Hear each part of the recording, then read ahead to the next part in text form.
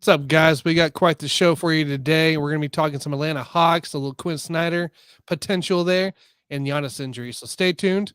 Let's get the show rolling.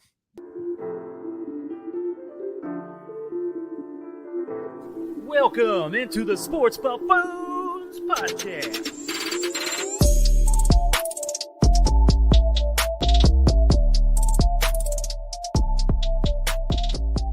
What is going on, ladies and gentlemen? Happy Saturday. Tons of good games going on right now. NBA is back in action as of Thursday. We saw quite a high-scoring game last night for Clippers' debut after the All-Star break, and there's tons of great college basketball games today going on. So, it's a great weekend for sports still, despite no NFL. So, JG, what's up, dude? Not much, man. I'm ready to get it cracking here. Right. So, guys, we're gonna go over definitely a few topics here, but right after our show here, Dan Harris of Let's Talk Sports is back in action. He'll be debuting his return here right after our show here. So make sure you guys stay tuned on Let's Talk Sports. Shout out, guys. Dan. Welcome back. That's right. Big deal there. So, all right, guys, let's get into it here. JG, what is up with this Hawks deal? Atlanta Hawks. They've been kind of an underperforming team all year long, really ever since their big run in the playoffs a few years ago. With that loss to what was it, Milwaukee? They ended up losing to. So, what's up with this Hawks team here? And is Quinn Snyder really will he help this team essentially meet expectations? So here's what's going on with the Hawks. So they reached the Eastern Conference Finals in 2021.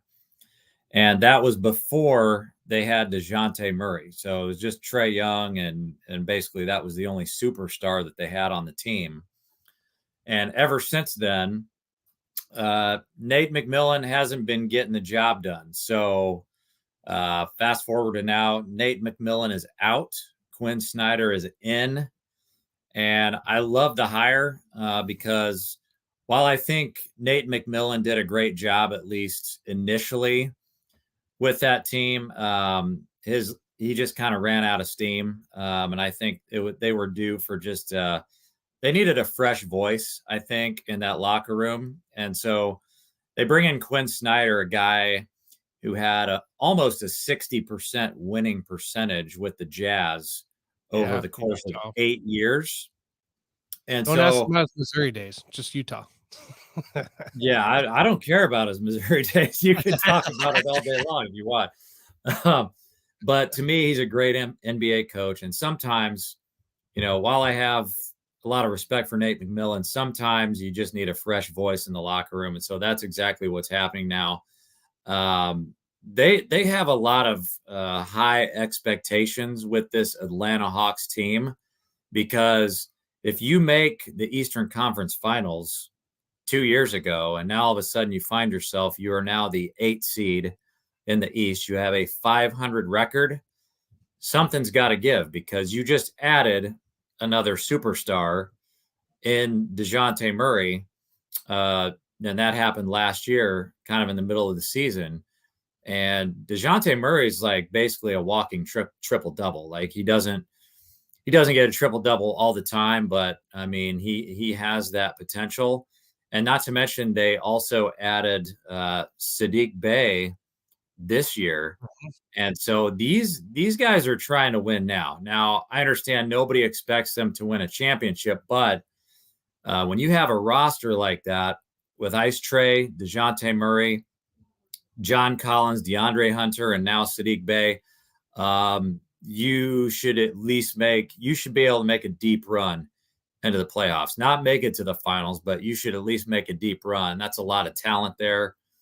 I know a lot of people out there don't really care too much for Saddiq Bey, but the guy's only 23 years old. I think the biggest knock on him is that he only shoots about 36% from three-point land. But you got to keep in mind, this is a guy who had a 51-point game last year. And so he's capable of putting up huge numbers. And he's capable of becoming a star player in this league. And so I have a lot of high expectations for this roster. I think Quinn's going to figure out a way to get the job done.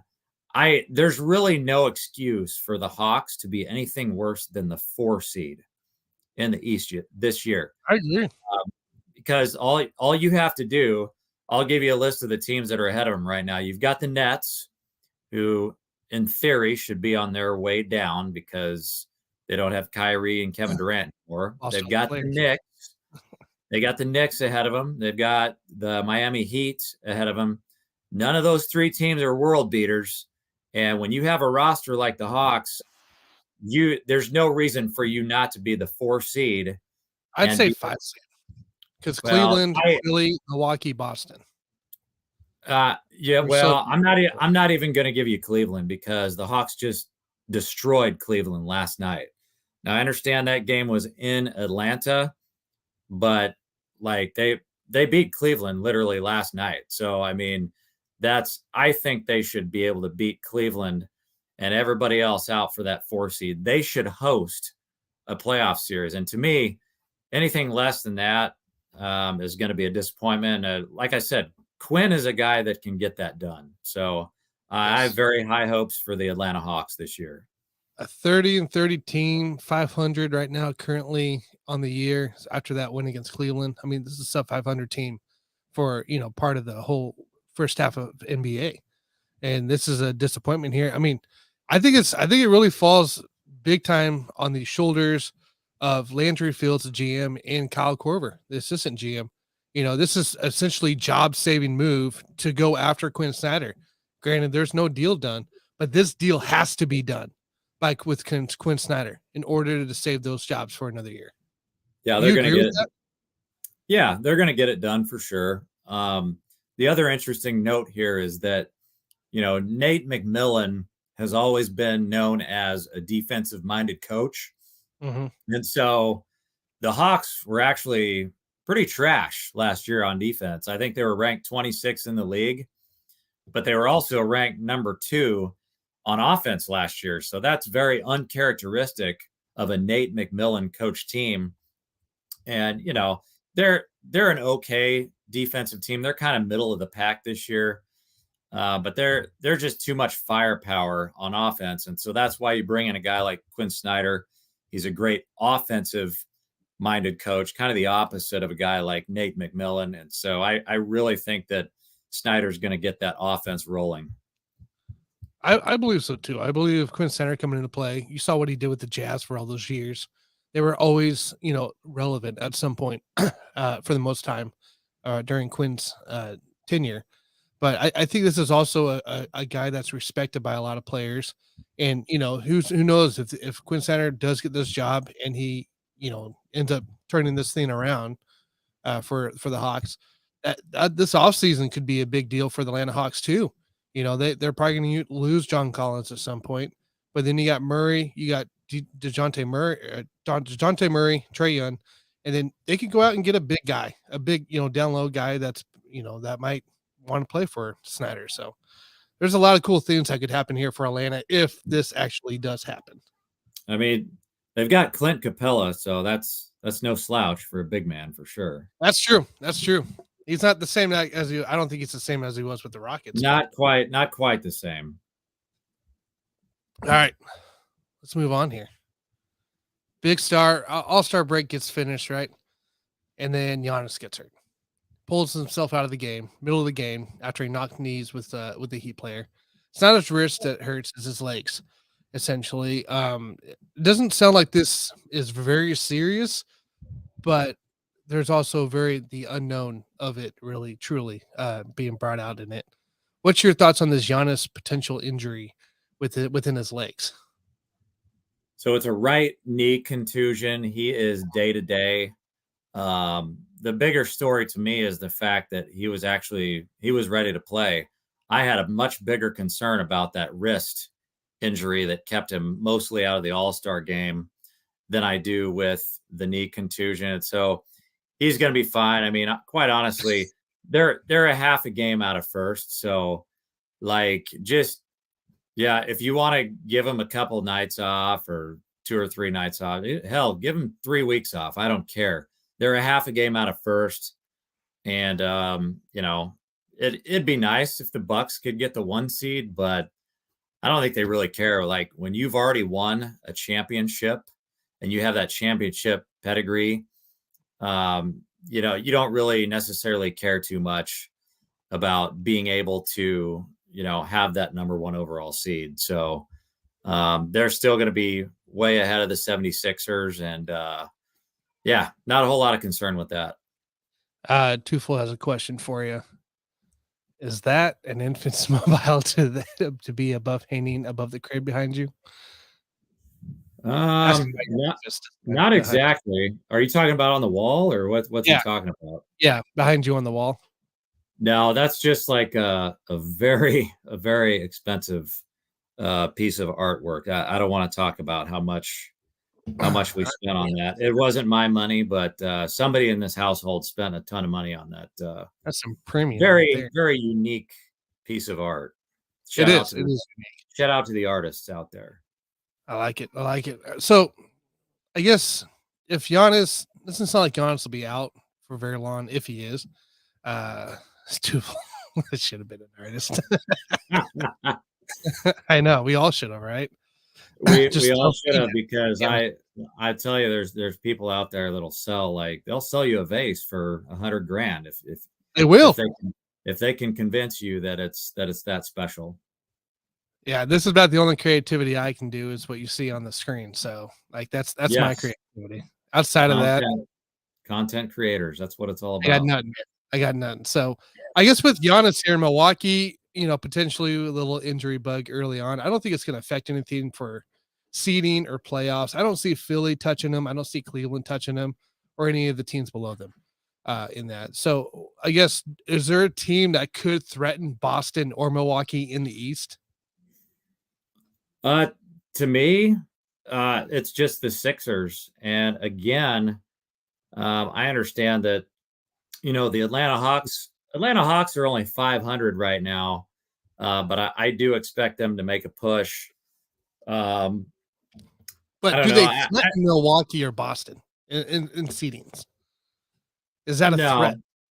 No, no, nobody's going to threaten Milwaukee or Boston in terms of seeding because the other point I would throw out there is that Chris Middleton, I think we talked about him last week. He looks absolutely amazing right now. They're only giving him about 20 minutes a game. So they're still trying to ramp him up. But in those 20 minutes per game, he is averaging 16 points per game. And so he looks amazing. Like his shooting percentages, I think he's shooting over the past month, he's shooting 50% from the field and 96% free throws. So the dude to me looks like he is 100%. Again, they're just monitoring his minutes to make sure that he's going to be there for the playoffs. And even if Giannis, let's just say Giannis misses the next 2 to 3 games, they are. I don't see them trying to ramp up Chris Middleton more than they are right now to try to compensate for that. They're going to keep him between 20 and 25 minutes because that's what I mean. That everybody in the world knows that's why they lost to the Celtics, and couldn't overcome the Celtics last year because they didn't have Middleton. So Middleton is the key here.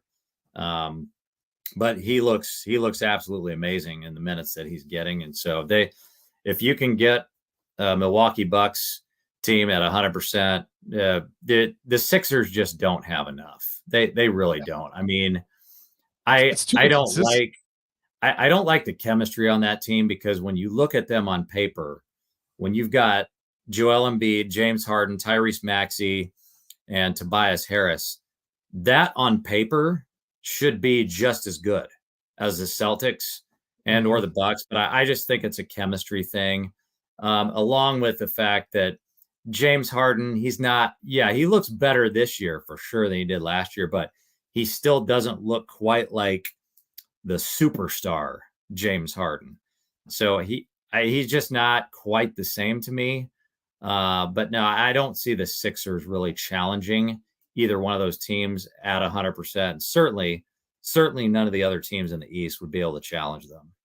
Do you think that the Sixers are in a Brooklyn Nets situation for next year, where if they don't essentially get to the finals, that Embiid will request a trade. Intern James Harden will want out as well. Do you think it's a Brooklyn I certainly think they could blow it up. Now, Joel Embiid, he doesn't seem like the type of guy that's just going to try to bully his way out. He seems like one of those guys that would just be loyal to his team, kind of like a Dame Lillard. Like he just seems like that. He seems like that guy to me. Like where they might try to blow the team up, I think Embiid would remain the constant, and then they would try to bring in some other pieces around Embiid by trading away some of the other guys. But you remember though when before Doc Rivers was hired, like when they fired that their coach, I can't remember his name now, but like Embiid almost threw a fit. He was almost put in the trade. You know, put me in as a trade. That's what it was going to be. Like, I feel like Embiid would throw a fit if success doesn't happen. But especially if nothing happens in the offseason to make them better. That just goes to my point, and I think maybe that's why I feel the way I do, is that he was very loyal to that coach, and he was pissed when they removed that coach.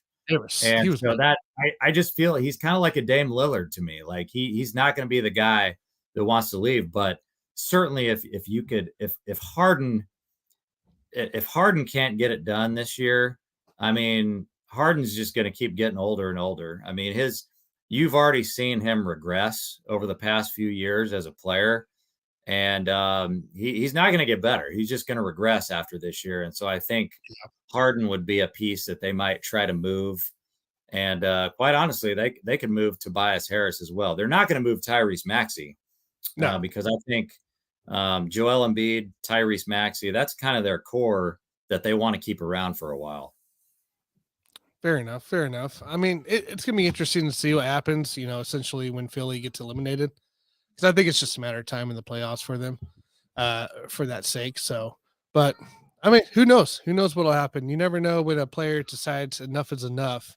There's not too many dames out there that like to stick around for teams. So not at all. Anything else you got thinking of, Jason, for NBA?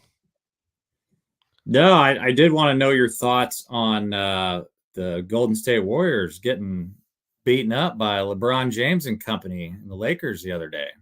I feel like it's just another Golden State Warriors game happening. Like it just seems like it's just disappointment all year long with this Golden State team on it. So I'm not overly surprised or anything like that. I'm not gonna make a big deal out of it. But that's a good sign for the Lakers, though. Beating a team like Golden State, that's something the Lakers need to do, is to beat those teams so they can start climbing up. I mean, that's a big victory for Lakers. Not really a big deal for Golden State, I don't think, but more so for the Lakers, just for a confidence issue. And I mean, you're essentially got almost a new starting five with all these trades. So that's something that was needed as well to kind of see what's happening. So, I mean, I thought it was great for the Lakers. Not really concerned for the Golden State, though. Yeah, it's totally amazing for the Lakers because if nothing else, it's a confidence builder. And we talked about it last week. I love the group. You know, I love that starting lineup. I like their new reserves that they brought in. I love D'Angelo Russell. So that game, I think, was a huge confidence boost for them, even though Golden State obviously didn't have Stephen Curry. It's certainly a great win for the Lakers, and it'll be interesting to see. I hope it's a wake-up call for Golden State in a way, too, because obviously all year long they've struggled on the road and at home for the most part, too. And I hope it's a wake-up call for all the other guys on that team. Wiggins, I know, wasn't playing last night. I believe it was last night or Friday. Yeah, Friday night. And then, but like Thompson, Clay, he stepped up last night, but he's got to step up more often. Like I think it's time for him to actually unleash if he's able to, health-wise. Yeah, I think with Steph Curry, they said that he's going to be reevaluated here in a few days to see how that knee is coming along. But I tell you what, I don't know what's going on with Wiggins right now. He's out for personal issues, but if that turns to anything significant, that's a wrap. Because Wiggins is the X factor on that team. We saw it in the finals last year.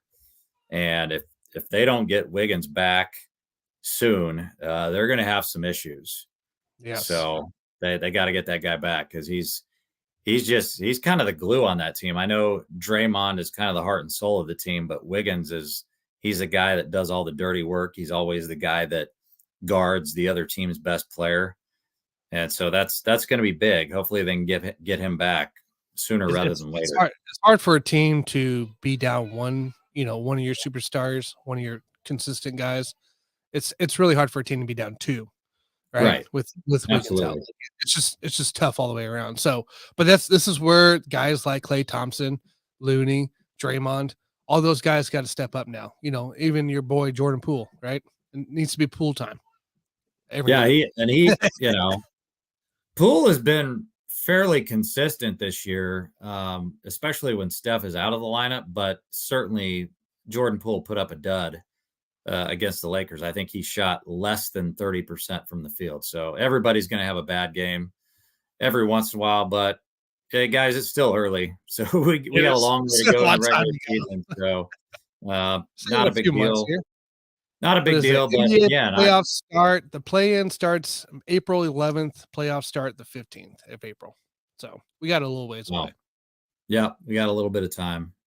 So awesome. All right, guys. Everybody, make sure you guys stick around for Let's Talk Sports. Dan Harris, the guy, the man, the founder, who does all the things behind scenes. He'll be making his debut return at 4 p.m. Central, 5 p.m. Eastern. Excited to see him with Johnny Cruz on. But other than that, guys, make sure you like, subscribe, follow, Sports Buffoons, Whiskey Sports Podcast on Let's Talk Sports. We appreciate your support. Twofold, always good hearing from you on the comments side. So everybody have a wonderful Saturday. Enjoy the rest of college basketball today because there's still some good matchups this afternoon. Or this evening. All right, guys. Jason, catch you later, dude. See you guys. We're out.